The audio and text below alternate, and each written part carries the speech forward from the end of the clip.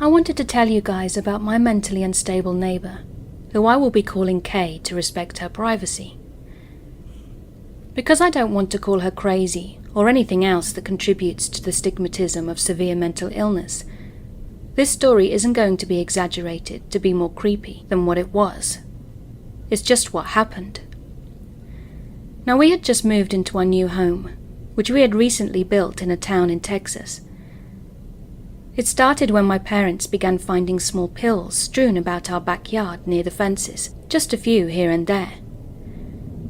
We googled the numbers on the pills to find most of them were antidepressants, but I can't remember the exact names, as this was about a year ago or so. But I think there was at least one pill that Google said was an antipsychotic medication. We were pretty confused, but mostly worried about our dog eating them before we could find them all. This kept happening over a few weeks, and then we found unopened water and Gatorade bottles thrown over our fence. The side of the house this was coming from had a somewhat empty lot next door. We had soon-to-be neighbours building their new house there, but it wasn't like the construction workers were throwing their trash over our fence. These bottles were unopened and full. For reference, Kay lives a few houses down from mine on the corner. Between our house and hers are two empty lots, the lot closest to us with a new house being built. After another week or so of this came the fights, or maybe incidents I should call them. Kay would routinely storm out of her house and go yell at the construction workers. I don't know what about, but apparently about nonsense things. Sometimes she would yell from her yard. Sometimes she would walk onto the lot to yell. Several times she was seen yelling at no one, just standing in the lot or walking around the construction supplies and arguing to herself. By now, most of the people on our street knew her and were afraid of her. Up to this point, I have never seen Kay. I attended university an hour away and was only home on the weekends.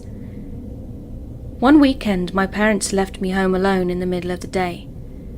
I think they were at the gym or the grocery store. I'm an only child too, and I had just gotten out of the shower and walked downstairs to hear yelling. I took a look out the windows to see a middle-aged blonde lady arguing. I couldn't see who she was talking to, but I couldn't hear another male voice. Now, I had not met Kay yet, but I also hadn't met my new neighbours. So my first thought was that this was the new couple building next door, my new neighbours. It seemed like they were arguing about the house.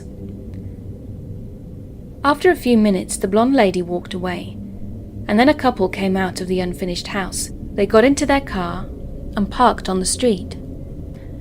I was really confused at this point, especially when the man walked over to my door and rang the doorbell.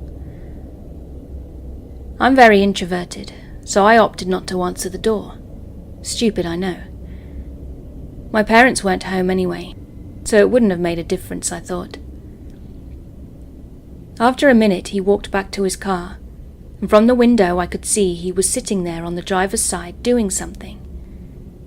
He came back with a note that he left on my door, and then he and his wife drove away. After I was sure they were gone, I got the note and read it. Apparently my neighbours were checking out the house when they saw Kay, the blonde lady, attempting to get into my backyard. They confronted her, and that's what the yelling was.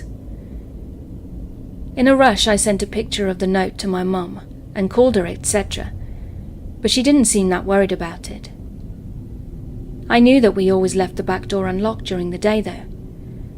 If she had gotten through our fence gates, she could have easily walked inside the house while I was home alone. After that, my stepdad got some new locks for the little gate doors at the front of our house. Things continued like this for a while, with Kay trying to get into our backyard, throwing pills and water bottles over our fence. A couple of times she was rummaging around our front flower beds too. And there was one instance which really unnerved my parents. We have a small alleyway that runs behind our house, connecting everyone's driveways. And another neighbour, who lives across the alleyway from us, contacted my parents to let them know they had seen Kay looming around our back fence at 3 a.m. that night. Not sure why those neighbours were awake at that time, but they said Kay was just standing there in the middle of the alleyway, staring at our back fence. Knowing we had someone essentially casing our house in the middle of the night, it was really starting to freak us out. The guy who built our house, who I'm naming Jay, somehow got in contact with someone who knew Kay's family pretty well. Everyone was wanting answers as to why Kay was acting like this, and since Jay had built most of the houses in the area and was well connected, people were asking him. I think he was friends with the realtor who sold the house to Kay, but I'm not sure. But Jay was able to give us a lot of information about her. Apparently her family was rich and owned a very big corporation, like one of the biggest in the US, and her family had essentially placed her in this house away from the rest of them, as they didn't want to deal with her mental illnesses. But more importantly, 2 years ago, her only son died of a drug overdose, and she's been unstable ever since. I'm not sure if she thinks we're holding him hostage, or his ghost is here or what. But that's why. She's been to several psychiatric hospitals throughout her life, and now she's stopped taking her medication because she's throwing it over our fence. Things finally came to a head in January of 2020, when during one of her usual arguments with the construction workers, she pulled out a BB gun. She was already very aggressive, so the BB gun just made things 100 times worse. I don't know if she just threatened to shoot them or if she actually did, but the cops were called regardless. It took them a while to talk her down, with several police officers swarming the street with big guns. I'm thankful that my parents had been filing police reports, so when they came they knew about Kay's history of mental illness. I'm both grateful and a little surprised that they handled the situation so well, because not a lot of police departments properly train their officers to deal with mentally ill patients, especially ones experiencing psychosis. Anyway, after that incident, Kay was not seen for a long time. We heard she was in a psychiatric hospital for many months, after which she returned to our neighborhood.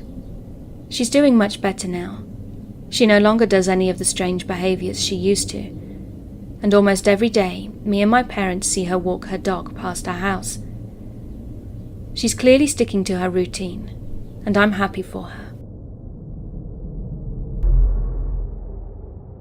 I live in a place called Dark Hollow, about 20 minutes outside of Pittsburgh.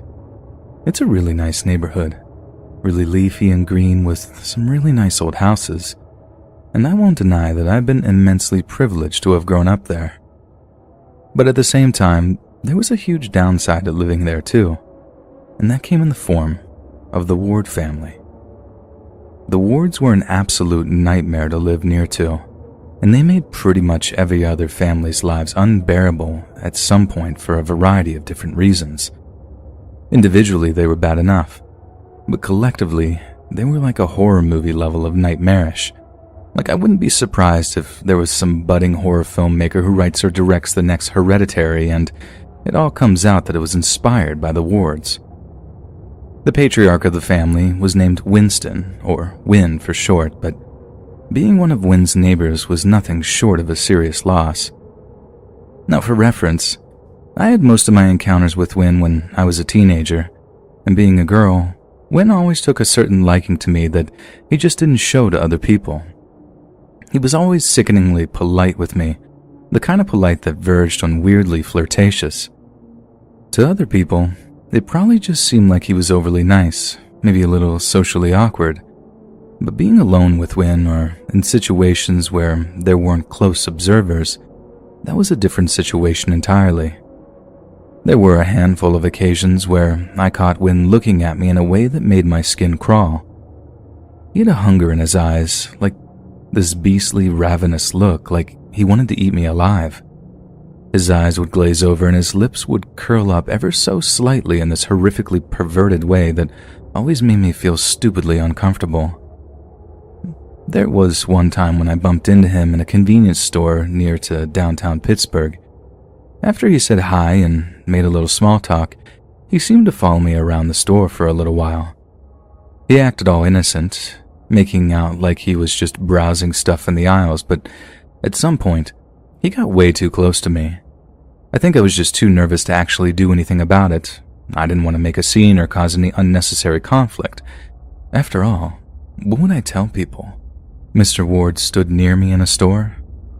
Anyways, when he was standing close to me, I heard him sniffing the air, like taking these big inhalations of breath through his nose, almost like he was trying to smell me.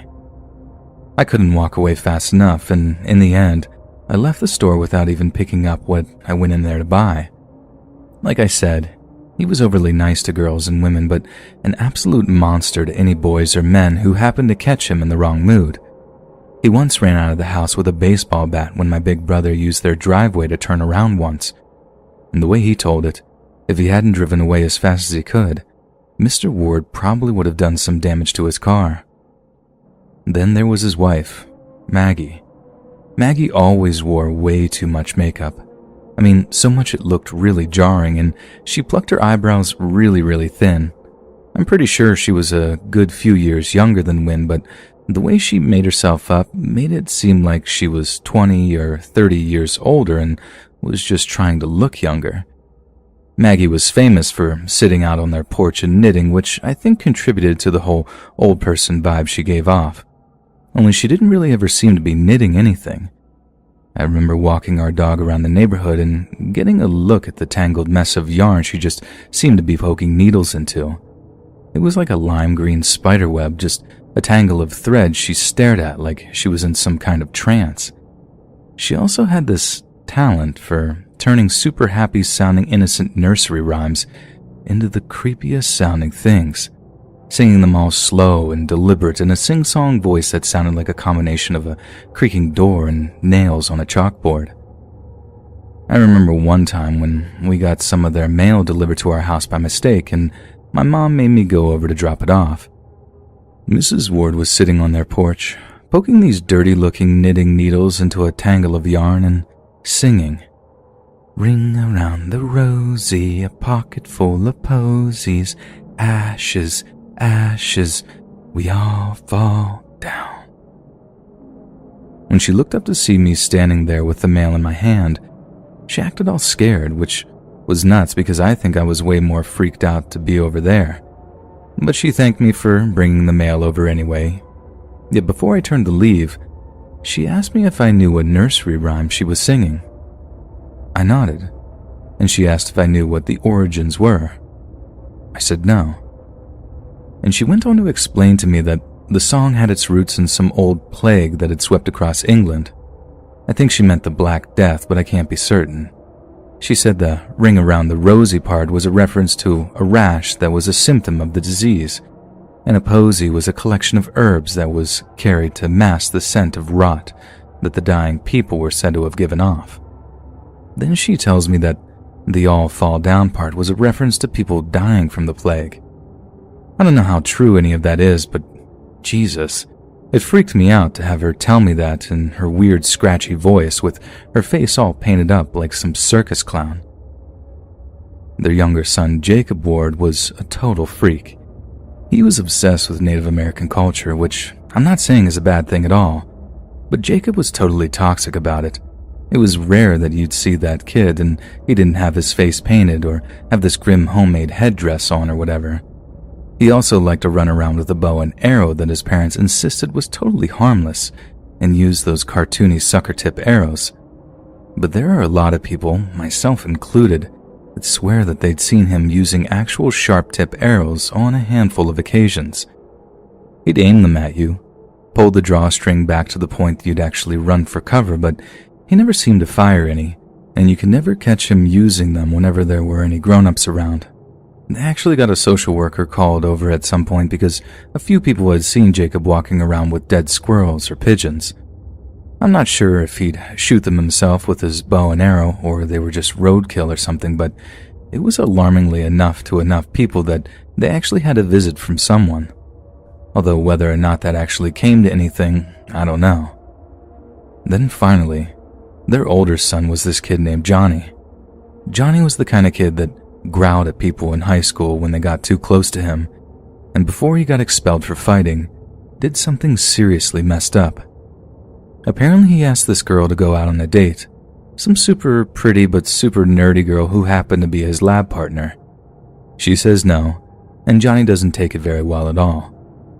He made things difficult for her during chemistry by not talking or looking at her, and eventually she had to basically beg the teacher to switch partners so she could even get a passing grade. Not long after, she was driving back from school in her seemingly empty car when she looks in the rearview mirror to see Johnny just sitting in her back seat, grinning at her. He'd apparently broken into her car and hidden in the footwell in her back seat under some blankets or something, or at least that's what we all figured he'd done. She was so scared she crashed her car and had to spend a week in the hospital. All Johnny got was a visit from the cops and a warning to stay away from her, and somehow it was all just blamed on teenage hijinks. I think maybe because the girl's family were too scared of the wards to press charges or whatever. I'm sure there's more to that story, but that's all I know of that. When the for sale sign finally showed up from the ward's house, I think Dark Hollow was about ready to throw a big party to celebrate them leaving, and after they did, they became something of an urban legend, basically a campfire tale that only a handful of people really knew was actually true and not something we made up to scare people. Like, I still think it's a miracle that there wasn't any bigger drama to happen involving the wards, something like a murder or whatever, little Jacob shooting someone with an actual arrow. I know Johnny basically almost killed his lab partner in that car crash, but somehow they never actually went through with seriously hurting anyone. But who knows, maybe a couple more years and there would have been a fatality. And who knows what they've been up to, wherever they moved to. Maybe it's only a matter of time before they seriously hurt someone. Just to give some context, I'm currently in the UK, and the town where I live in is known for its drug scene, but doesn't have a violent crime problem to speak of. I think that's why I found what happened so shocking, because I lived in London before, and while some messed up stuff did happen to me there, it was nowhere near the level of what happened to me earlier this year. My partner and I live together in our flat, which is in a relatively busy residential area. I work from home, however, and he's out of the flat quite a lot, so I guess it might look to an outside observer like I live alone. Our flat complex was once an old factory, and we have these huge industrial windows, so people walking on the street have a pretty clear view of our dining room, which is where I work during the day. It all started in July of this year. I'm ashamed to say that I can be a major rubbernecker, and a lot of drama occurs on the road outside of our flat, so I look out of the windows often during my workday for some light entertainment. The best was a 2-hour breakup I got to watch unfold in the car just below our window, but that's besides the point. One day, I got up to make myself a cup of tea, looked out of the kitchen window, and saw this guy just staring at me. I was struck by how intense it was and how he didn't look away, even when it was obvious that I was looking back at him. I felt creeped out by it, and I tried not to let it bother me. We have a lot of drug addicts and other weird characters that hang out around here, so it didn't seem like such a big deal.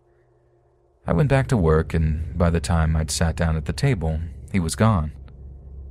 About a week later, my partner had gone to visit his dad for the weekend, so I was excited to hunker down and catch up on some of my favorite shows alone. After about 30 minutes, the buzzer to the flat went. The buzzer is so loud and it scared the heck out of me.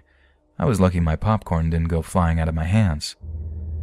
Now, our flat complex has this big porch where teenagers and addicts love to hang out because it provides shelter from the rain and about 4 people can sit down inside of it. Sometimes people lean up on the buzzers by accident when they're hanging out in the porch, so I assumed that was what happened. After a few seconds, however, the buzzer went again, and again, and again. Someone was pressing it in this rhythmic pattern. It's something I know my partner does when he's forgotten his keys, and it's kind of our code for me to let him in, which is why I found it so disconcerting. At first, I was worried he might have missed the bus to his dad's house and had decided to come back to the flat. I was nearly about to buzz him straight in when I thought it would be a good idea to pick up the phone first and check who it was.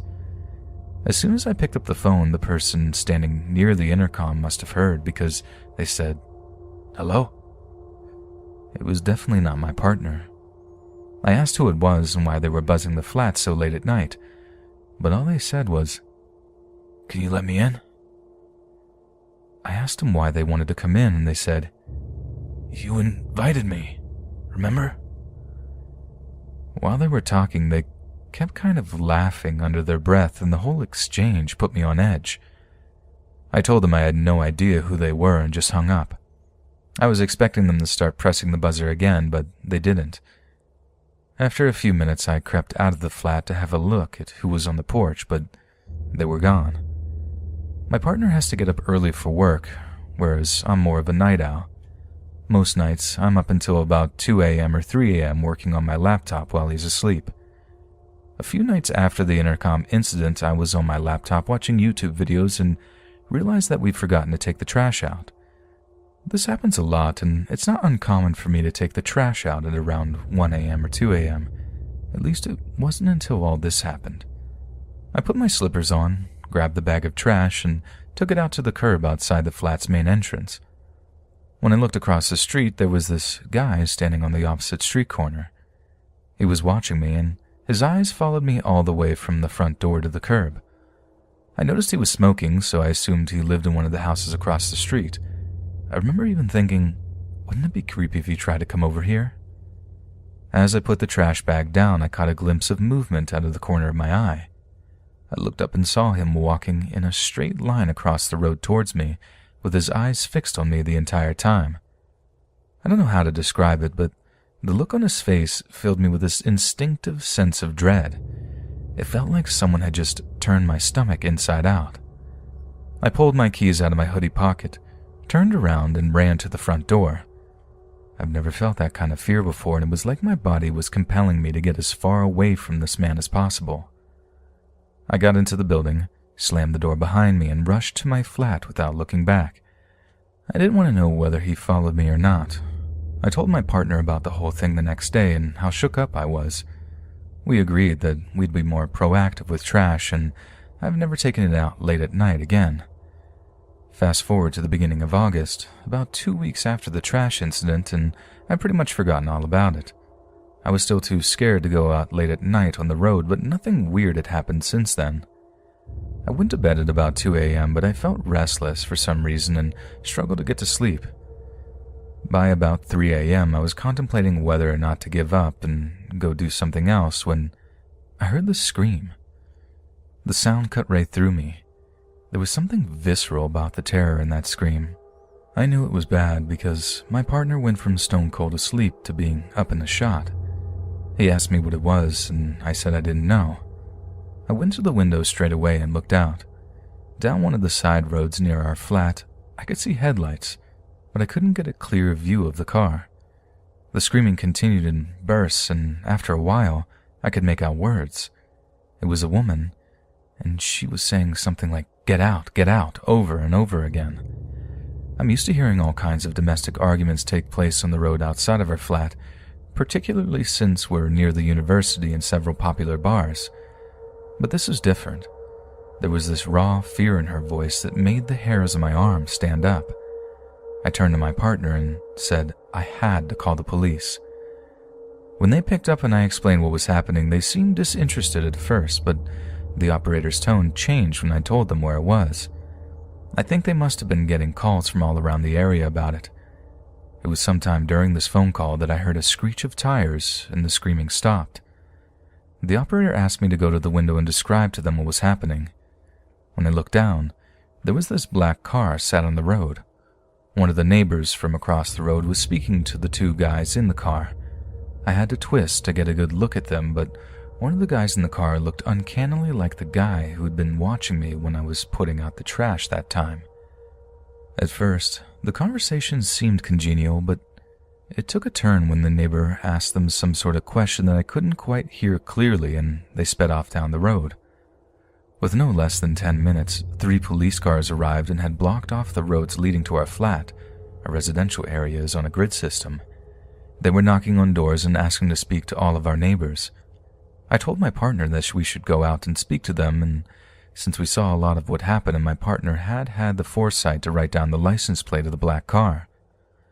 When we went out, there were these 2 girls talking to one of the police officers. They were both shaking, and one of them looked as though they had been crying. I decided to stand nearby and wait for the girls to finish before speaking with the officer myself. What they said made my blood run cold. They were from one of the houses that looked out directly onto the road where I had seen the headlights, so they had a clear view of what had happened. Like us, they had been alerted by the screaming and gone straight to the window. From what they could gather, the black car had cut off a small red car on the road, like pulled right in front of it, and that's what had caused the girl driving the red car to scream the first time. They thought it might have been some kind of misunderstanding, but then they watched as one of the guys from the black car got out, walked to the red car, and jumped in through the window. That's the point when the girl must have been screaming, "Get out, get out." There had been a struggle, and the girl watching said they assumed the guy was just trying to steal the car, but then he forced the driver into the back seat, and that's when he drove off. The 2 girls were both hysterical by this point, and you could tell they felt guilty for not intervening. I could feel that same guilt seeping into my thoughts as well. After the guy had driven off in the red car, the 2 men in the black car had gone the opposite way and turned the corner onto our road, but had been stopped by another neighbor.